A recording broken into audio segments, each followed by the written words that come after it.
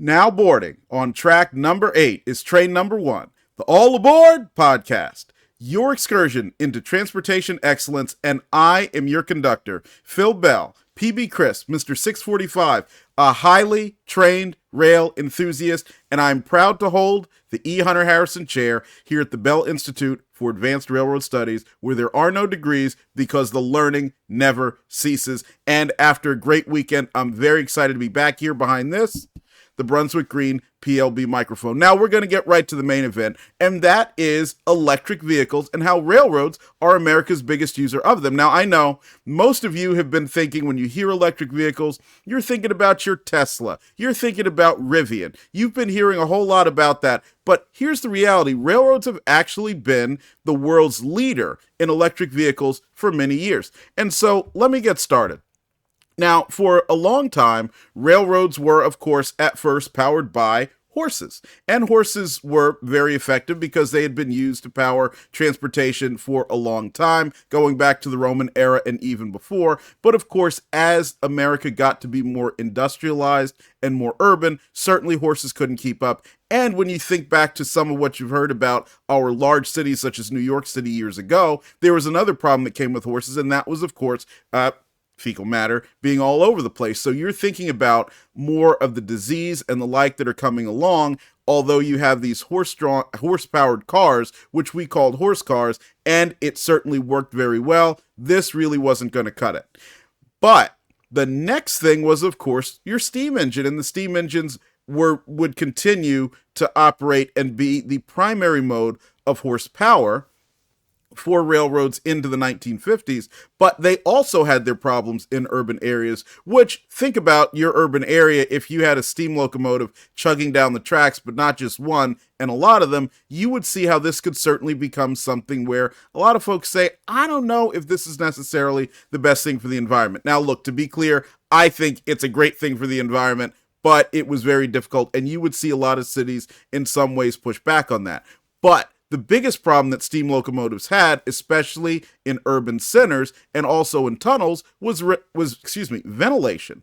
And that's because a lot of these areas were very, very difficult to add ventilation to. And it wasn't just that it was going to make it more difficult for crews to be able to breathe as the trains are moving along, but also that it would be very difficult for them to see. So I want you to think about signals being obscured, and that produces a safety issue. So railroads look for opportunities to find other forms of traction that would let them be able to operate trains safely and effectively, both for the crews and also for the schedules. One of the first ones to do this was the Baltimore and Ohio. And that, actually, let me back up for a second. Before we get to the Baltimore and Ohio, because that happened in 1895, I want to share with you somebody who would be very important in the rail industry and what he did, and his name was none other than Thomas Alva Edison. And we all love Thomas Edison because we remember what he did with the light bulb. But Thomas Edison was actually very involved in rail transportation. Now, in 1880, he started operating this train on his estate, and it was a locomotive. It had 3 cars. One of the cars was named Pullman, and I'm sure that was a little bit of a joke in a way, but he demonstrated that electric traction could be successful. So much so that the folks in his community said, hey, why don't you build something bigger? And by the way, this was in Menlo Park, New Jersey, of course. They said, hey, why don't you build something bigger that would be an even better demonstration? What I also want to highlight about what Edison did there is that he had electromagnetic braking. And so that, in addition to being one of the earliest forms of utilizing electric and thereby making the train into an electric vehicle, Thomas Edison also pioneered early forms of utilizing electricity for braking. One of the big issues at play in railroading today is ECP brakes, or so-called electro-pneumatic brakes, which a lot of regulators would like to see added to a variety of rail equipment, including moving crude by rail, and this has been a point of contention for railroads for the last decade. And I'd also like to point out, after Edison did it, another early application of electrical braking also came about with Union Pacific Streamliners, the city of San Francisco, among them, where this was actually installed on the cars and on the locomotives. So Edison was very much a railroad innovator, very much ahead of his time, very much involved in electrifying every aspect of railroading. And oh, by the way, not only did he create that small train at Menlo Park, New Jersey,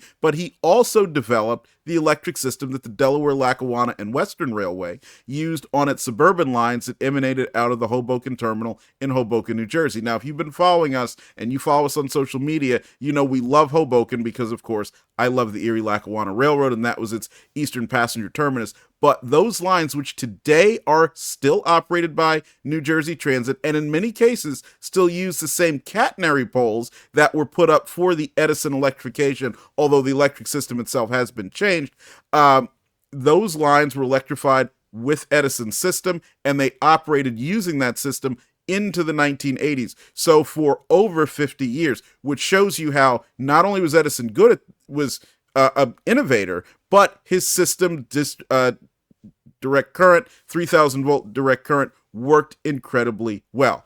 But after Edison in 1880, we move on to 1895 and the Baltimore and Ohio. Now, the Baltimore and Ohio had a little problem.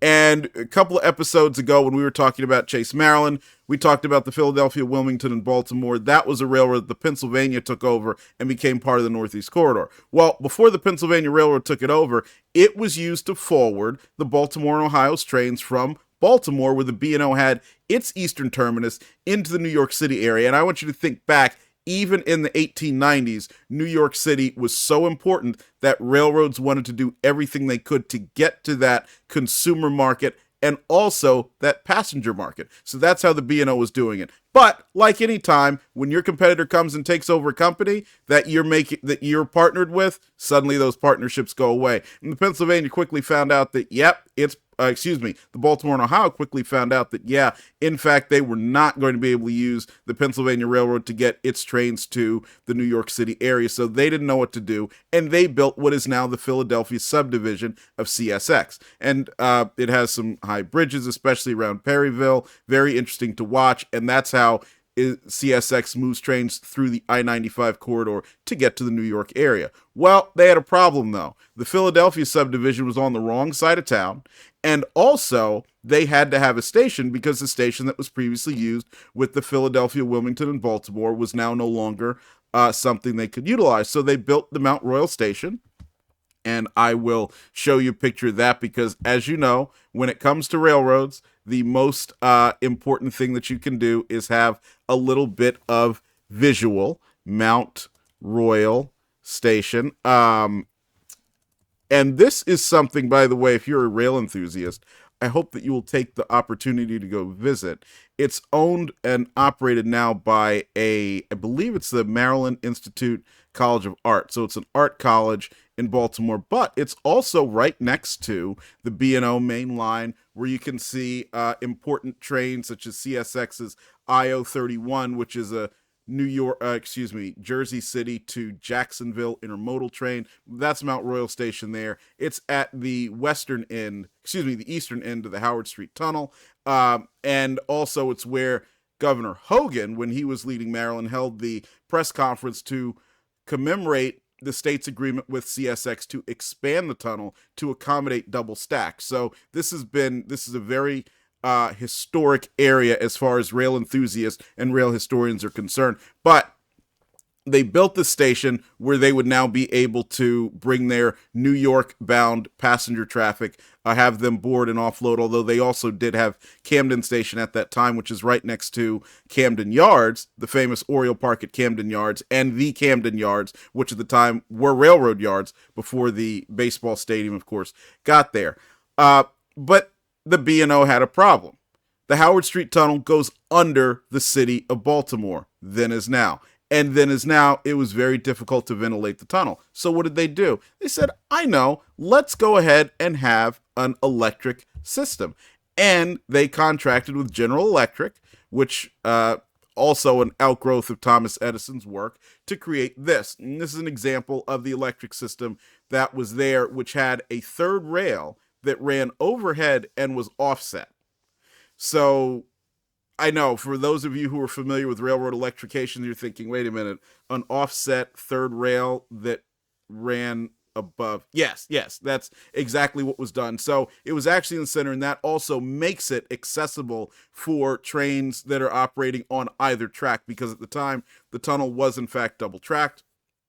And so this is the system. It had 675 volts of direct current, which ran through it, and that provided the traction power for the trains. General Electric supplied not only the installation itself, but they supplied the powerhouses and they supplied the locomotives. So this gives you an idea of the way that some of the early electrifications were done. By contrast, Westinghouse was heavily involved with alternating current with the installation that was done on the New York, New Haven, and Hartford, which again we still continue to use to this day. At the time, that electrification, when it came about, was 11,000 volts alternating current and 25 cycle power, whereas again, General Electric supplied 675 volt direct current power to power the B&O's electrification in Baltimore. And before we move on from the B&O, I want to give you a little example of what those early locomotives looked like. And here's one, and I believe this is the LE1 in a designation locomotive. Another interesting tidbit about this, trains that were moving westbound were able to drift through the tunnel. So they ran one way with steam power. The steam engines just simply didn't open the throttle and put a lot of exhaust out. But those that were going eastbound were actually handled by the electrics themselves. So that added another wrinkle to it, which shows how, I don't want to say primitive, although it is somewhat primitive, this electrification was, but it also shows how railroads operate, which is that because the cost of capital is always a difficult thing, and this was the case even with the Baltimore and Ohio, even in that time when railroads were still a very new, strong, and growing business, you had to take these opportunities to potentially pare the amount of capital that you were raising. And so, yes, having trains that are westbound, and we might think of that as southbound because they're actually moving geographically south, but the Baltimore and Ohio was an east-west railroad, and so their timetables reflected movement only east and west. So westbound, or as we might say southbound trains, coasted through the tunnel, whereas the eastbound or northbound trains headed for New York would be pulled by the electrics through it. Now, this electrification lasted through the early 1950s. That's because when the the diesel-electric locomotive was introduced, and remember that because that'll be important later, the amount of smoke that they put out, even in a negative, very difficult time when the engines are not operating properly, does not in any way compare to what a steam engine under heavy load would be putting out, and therefore a lot of the ventilation issues went away, and therefore the electrification was not as necessary. Another example of an electrification like this comes from the Cascade Tunnel on the Great Northern out in Washington State. And there they did the same thing where they had a relatively short amount of travel. And so what they did is electrified it because of the question of ventilation. And then just like with the Baltimore and Ohio, as we were able to utilize diesel-electric locomotives, and that reduced the amount of soot and smoke that was coming out, that meant those electrifications were no longer necessary. So that shows you a little idea of what you would have at the heavy rail side and some of the early ones that came about. Another example of early electrification comes to us from one of my favorite railroads, and that is the Erie.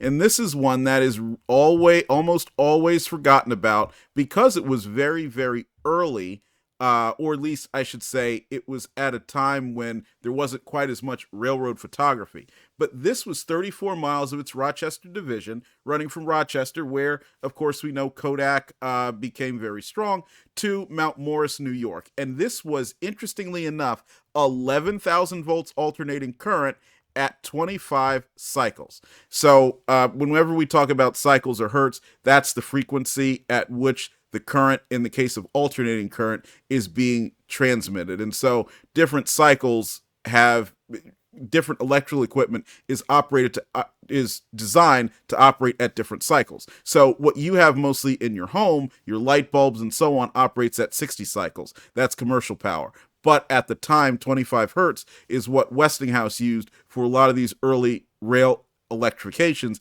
And even today, that's used on Amtrak's Northeast Corridor, south, or we should say, actually, it is south in that area of New Rochelle, and then also west of Philadelphia. 11,000 volts alternating current at 25 cycles. The portion of the former New Haven that we were speaking about before has been converted to 60 cycle current at 12,500 volts. And then the northern part of the Northeast Corridor, which gets you into Boston, is 25,000 volts at 60 hertz. And that was newly installed in the late 90s and early 2000s. But what's interesting about this electrification that the Erie did in Rochester, first of all, is that the Erie even did it, because as we know, the Erie, the Scarlet Woman of Wall Street, was almost always capital starved. So taking on a project like this was a very big effort for them. But the second thing is that this is an example of a commuter electrification. And that is one of the areas where a lot of rail advocates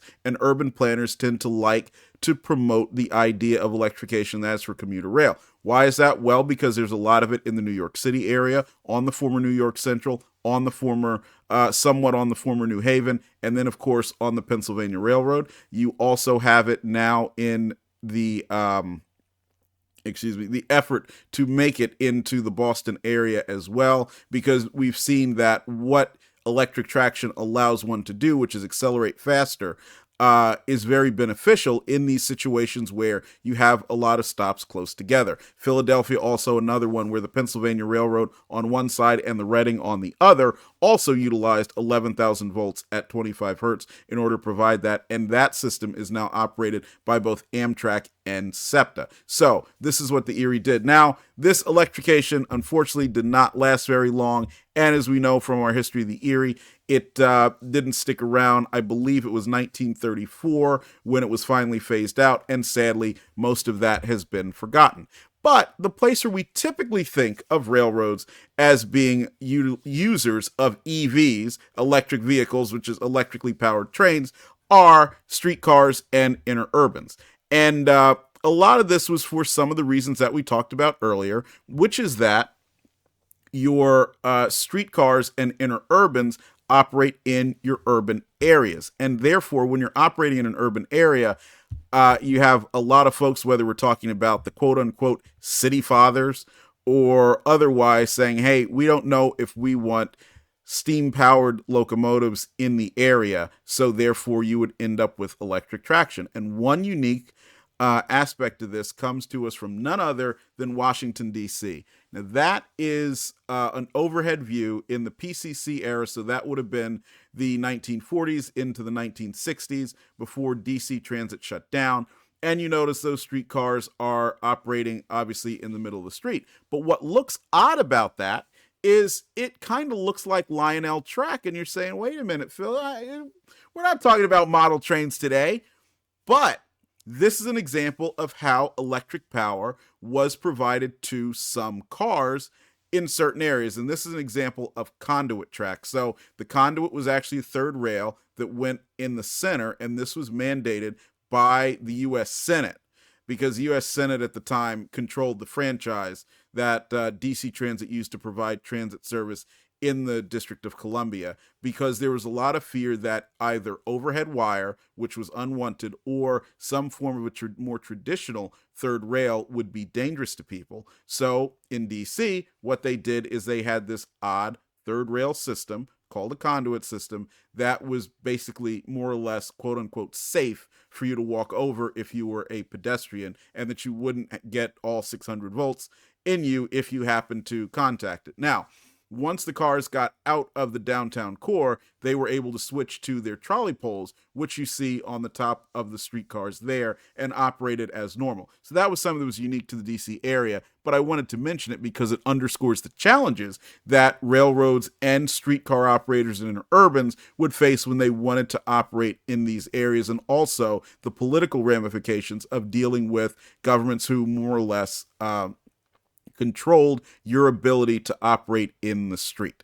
Now, the final part of railroad electrification I want to talk about, and I alluded to it a little bit earlier, but here you go. And let's make sure we get our big tech to cooperate. And that is the diesel electric locomotive. And you're saying, but wait a minute, Phil. Hold on, hold on. Is this some kind of a ruse? Are you trying to put one over on me? No, I'm not. You see, when you see a train go down the track and you're thinking, but wait a minute, that's a diesel locomotive, Phil, that has a diesel engine in it, and it's generating all of this quote unquote pollution.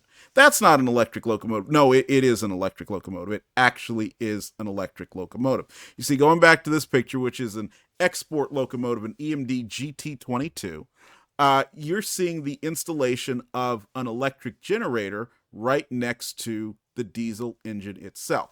And the reason we call these diesel electric is because rather than having a direct drive transmission or a hydraulic transmission like in most of your cars, diesel electric locomotives utilize an electric transmission. It's actually traction motors, electric motors that are mounted on the axles, which provide the power for the train to move. And so I'll give you an example of what one of those looks like. This is an EMD D77 type traction motor that's utilized in some of the more popular locomotives out there, such as the SD40-2 and the GP40-2, and has also been used in a lot of rebuilds. You even see some older locomotives like E8s with the D77 because they're very sturdy and can take a lot of abuse in a variety of different services. Obviously, whether it's heavy haul freight, such as coal service, where a lot of the SD40-2s were assigned to early on, or the start and stop that comes with commuter applications, such as F40PHs in the Boston area and Chicago, where you'll see a lot of stress on the traction motors that way. And, this is what an electric vehicle really is. It is utilizing electric power for its traction, and in the case of the diesel electric locomotive, that's where it happens. So the diesel engine, or the diesel engines, because some locomotives have more than one, they turn that generator, and the generator provides electric power to what's called an electrical cabinet. The electrical cabinet is usually mounted right behind the cab, because that provides accessibility to the crew in case there's any problems or power has to be rerouted in some other way. Now, when it goes to the electrical cabinet, it is dispersed throughout the locomotive for a variety of applications. So when you think about the cooling fans that are on top of the locomotive, they are electrically powered. So they're getting their electricity from that electric generator. The same goes for the hot plate that crews have required Canadian railroads to have in their locomotives. Same goes for the lights in the bathroom area and so forth, and on the front of the locomotive. But the majority of that power is routed to the traction motors, as you've seen here in this photo, at where it actually turns the motor itself, and the motor is mounted through gears on the axle, and that's what turns the wheels and makes the locomotive run. Now, one of the ways I like to dramatize how important and how critical this aspect of diesel electric is actually comes to us, and I'm going to put the traction motor back up here while I get that article for you, but it comes to us from years ago when a Canadian town locomotive power. There was a Canadian town in Quebec that, after a storm, worked with Canadian National, and there it is, to get a diesel electric locomotive that they actually ran down the street. Not on tracks, but they ran it down the street so they could hook it up to the town's electrical system and provide power for several days until they were able to get regular electricity restored.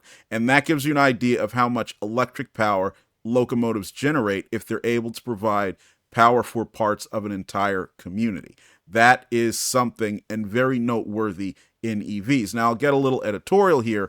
I believe this is the best way that you have electric vehicles, and I know some of you who are more purists are saying, Phil, look, just doesn't make sense. But keep in mind, the locomotives are able to take their power source with them, but they're able to take advantage of the best aspects of electric traction, which is simplicity. Number one, because think back to the last time you had to have a transmission repaired and how much money you spent and how complicated a piece of equipment that is just for an automobile. Now transform that to something that's this large and has to, for example, convert 3,000, 4,000, 5,000, depending on the locomotive, amount of horsepower into transfer that to the wheels. That is a very expensive and difficult piece of machinery. And that's a good example why you've seen some of the aspects, such as the diesel hydraulics that were tried in the 1960s and 1970s, did not have success, because not only do you have something that's difficult for a lot of mechanics to learn because it's a very complex piece of equipment, but also it's going to be expensive to repair. On the contrast, all you do when a locomotive traction motor burns out, an electric motor, you're able to remove it, and it's done as a combination. And that's why you frequently refer to these as combos. And I'll put a picture of the combo back up for you with the traction motor. If you give me 1 second, you bear with me. One of the only tough part about this podcast, I'll tell you, is making sure that we're able to get all of our exhibits and the like for those of you who are watching on YouTube and Rumble. So what I hope you're doing is clicking the like button to thank me for all of what it takes to get these exhibits up for you. But we call this a combo. So you see the traction motor, that's the electric motor in the center, and you see wheels on the side of it. Taken together, that's a combination of a traction motor and wheels. We call those combos. So typically those are all replaced together. So if a traction motor burns out, a railroad will take out the combo, the wheel and the traction motor, and put a fresh one in. That just makes it simply easier and faster to do the work. And then, of course, plug everything back in, put the truck. The truck, by the way, is the frame that holds the wheels and the traction motors, the combos.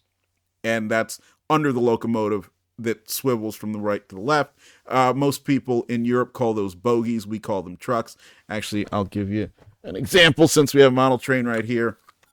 This is considered to be the truck, this entire assembly under it. That's put back together, put under the locomotive, and then it's able to operate again. So that gives you an idea of how diesel-electric locomotives are actually electric vehicles. And because they operate everywhere, all across the country, 24 hours a day, 7 days a week, this is how railroads are the biggest and most prolific and longest term user of electric vehicles in the nation. Now, I hope you've enjoyed this podcast. I know there's going to be a lot of debate about this because a lot of folks typically don't think of something with a diesel engine as being an electric vehicle, but I hope I've shown you that with the diesel electric, that certainly is the case. And also, I hope you understand why electric traction actually makes a lot of sense for the work that we do on the railroad. What concerns me as we go forward is that you have regulators out there who want to continually stiffen the requirements that are related to emissions as far as diesel electric locomotives are concerned, because they have the hope that you will eventually see all electric locomotives where they don't take their power source on board with them. I believe this is a bad idea, and this is not so much me making a political statement, but what I want you to think about is every effort to expand electrification since the 1970s, and there have been many. The Southern Railway was one that considered it. The Milwaukee Road, which also had not one but two extensive electrifications in Montana and Idaho, wanted to rebuild its electrification after they pulled the wires down. The reason why it has not been successful is because, number one, it is very expensive.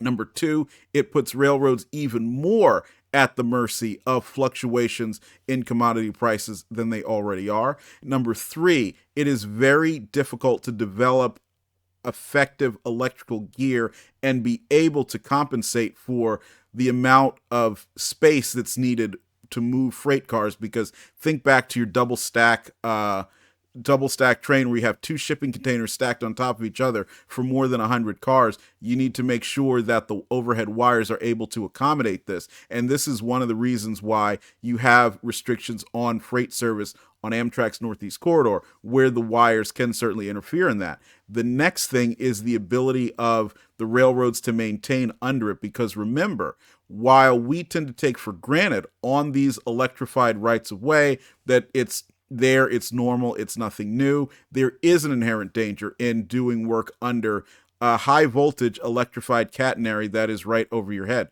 From time to time, if you look on YouTube, you'll see examples of arcing where electricity will actually come down from that, and occasionally people have been hurt, although I don't want you to think of this as being so dangerous that you shouldn't be around it, but it's something to remember because it would be much, much more widespread and therefore much, much more difficult to control. So there are reasons why the best form of electric vehicles has remained the one where the electricity is generated aboard the locomotive and then supplied to the electric motors to enable it to move and do its work. Now, what I hope you'll do is, first of all, like I said, subscribe and hit the like button. That lets the folks at Rumble and YouTube know that you like this content and know that you want to hear more of it. Number two, I want to thank all of you, whether it is someone like Adam B., who gave me some great advice on how to improve this podcast, James E.,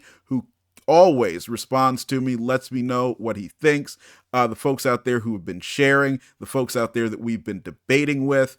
I love this. It shows that you're interested, and what I want you to do, if you have any ideas on what we should talk about or things we should not talk about, let me know, because this podcast is for you. And after you do that, I want you to share this with your friends. Let them know you've been listening. Let them know why. Let them know what you like and let them know what you hate, because we're going to keep doing this and we want to make it better so it will always retain its title of the best railroad podcast. We will see you on Wednesday, where we're going to talk about Via Rail, which is Canada's version of Amtrak, and the ups and downs that carrier has faced. That's going to be a long one, so get in, don't buckle up, because we don't have seatbelts on trains and we don't want them, because that's going to be a wild ride. Share your thoughts in the comments, and as always, when you get up every day, start your day by going to allthingstrains.com so you can see the latest news and listen to the best podcast. Don't start your day going over to Instagram and looking at e-thoughts. We'll see you later down the main line, and I hope you have a great day.